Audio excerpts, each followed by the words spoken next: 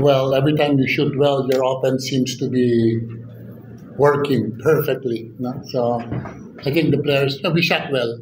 We shot well tonight. It's good that we played rain or shine in their first game. So medyo rusty sila. Finding still the rhythm. Kami, we already played our first game. We're able to make some adjustments. So, yun. And then we shot well tonight. They made also 90 points. So medyo mataas din yung score nila. 90 ba sila? Right. Yeah, 95. So it's really a high score. So it's good that we shot well tonight. Cyrus, na kwento mo sa akin na coach, nung kinausap ka ni Coach Jong, sabi niya sa'yo na he knows how unfair it is to ask you or rookie na tumulong na buhatin yung team. But you embraced your role, 28 points, 11 out of 12 field goals. Saan galing, Cyrus? Siguro yung mindset ko na gusto kong maka-give back sa mga coaches kay Coach Jong sa binibigyan nilang opportunity sa akin kasi hindi ko expect na ganito yung lalaruin ko sa team. And yun nga, parang feeling ko talaga na overwhelm ako always kasi rookie, di ba? Parang marami nagsasabi na yung chance na makapaglaro agad sobrang liit. Pero yung binibigay na trust ng mga coaches, yun lang din siguro yung lagi kong dinadala yung na makapag-give back sa akin. Ngayon, Cyrus, balik lang tayo ng konting history. Alam mo ba, you're one field goal short para ma-break yung record sa PBA na 12 out of 12 field goals ni Ali back in 2006 when it was Coca-Cola versus Alaska. Ano masasabi mo?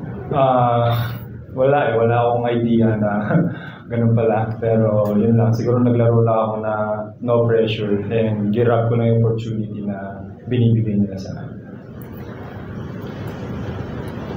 Thank you, Cyrus. We now open the floor for questions from our friends from the press. Coach John, congratulations. Thank you. Coach, since nakuha na si Cyrus for this season, as he overexceed yung expectations mo kanya?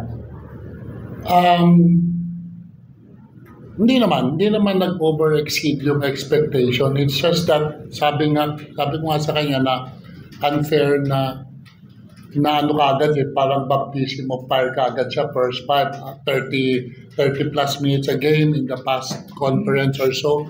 So medyo yung baka nape-pressure lang si Sai. So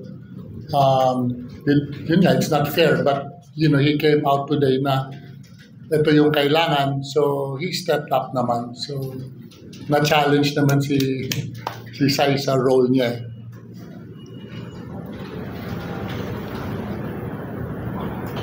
Coach, last game, you almost came back to San Miguel.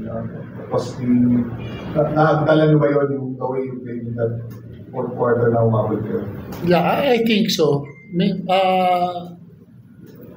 Siyempre nagkakakumpiyansa rin yung team, di ba? And the balls being shared. But at the end game, it is still Berto, di ba? In the end game to create. But at the start, yes, we do share the ball. So yun, na-carry over lang yun dito sa Rain or Shine. Hopefully, it carries over also to the next games. Coach, Coach, you limited Adrian Nocum to 11 points on 5 of 13 shooting and alam natin barometer nila si Adrian Nocum. Maybe we just caught him on an off night, especially first game nila. So, medyo maganda rin naman yung depensa ni Sai sa kanya kasi naka-mindset si Sai kay Adrian Nocum. So maganda yung depensa ni Sai sa kanya. He really put his mind into defending Nocum as a challenge sa kanya. Kasi sabi ko, ang galing ni Nocum talaga. Mahirap talaga siya hintuin kasi ang bilis, ang daming galaw. Baka gusto ma-challenge lang ni Sai. So, which is, it's a positive sign na na-challenge sila defensively kasi minsan na-challenge offensively.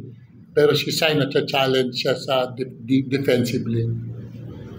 Sa your thoughts lang po, regarding Adrian Ocon na challenge nga ako ng coach ko. Siguro yun nga, parang yun din sinabi sa amin ni Coach Long na mawala na ako sa offense pero yung defensive mindset ko na kahit konting segundo lang hindi ako pwedeng mawala sa defense kasi first of all talaga alam ko yun yung kaya nila ako dinala sa situation na to kasi yun yung gusto nila na yung defense ako is yung defensive presence ko nandun talaga kaya yun na siguro nag-stick lang din kami sa game plan sa inertia. Coach, insight lang din.